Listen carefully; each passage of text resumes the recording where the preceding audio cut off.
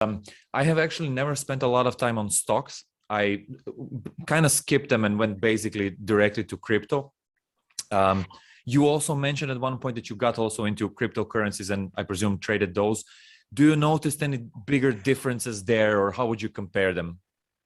I don't really trade crypto. See, with crypto, I'm more like into long-term investments, but I personally like stocks more because it's very it's like tangible. You know, there's like news. Okay, this company is the sales results are there, and where like crypto is very volatile. Now, don't get me wrong. Like the money that people make in crypto like cannot be compared to.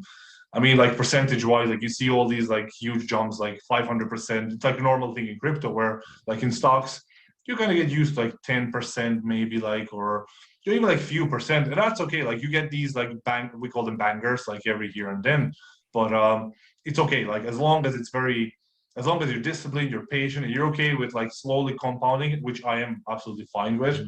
I think like crypto is more of a. I think a lot of people kind of go into like with this kind of gambler's mindset. You know, like I'm going to put this money in and I hope it just skyrockets. Let me see what Elon Musk is tweeting about.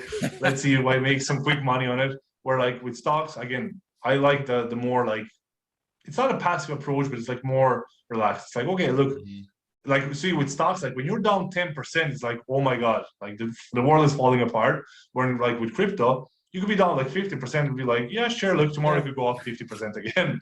You know, there's a huge difference. Yeah. I love how people make fun of it, like crypto traders comparing it to like stocks. They're like, oh no, Bitcoin is down 5%, and like CNBC covers it in the news, and crypto traders are like, what? Like that's not even news. Like that happens just like all the time, you know. It's fluctuates like 5 to 10% a day. Like it's crazy. Yeah. But then again, that brings us back to perception, right? And awareness, right? Some people look at 5 to 10% as a huge thing, right? And other people will look at 500% as like, oh yeah, it could have been 700%, right? So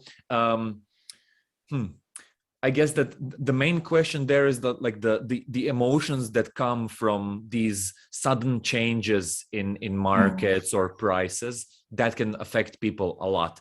And I feel that through personal development, you can work on that and kind of stabilize yourself so you can become a better trader, which is ultimately the goal. It's not about the money. It's about you being a better person, right? And a better trader and mastering yourself, because the only reason why you'll sell something is because you're panicking, right? And the only reason because you're buying something is like because you're missing out. You feel that you're missing out. So if you master yourself more, you'll basically get better at what you're doing, which is kind of the whole point of this podcast and what we were talking about earlier. Hey, thanks for watching this video. If you want to see the full version, go to the Uncle Gold Podcast YouTube channel or watch the next clip.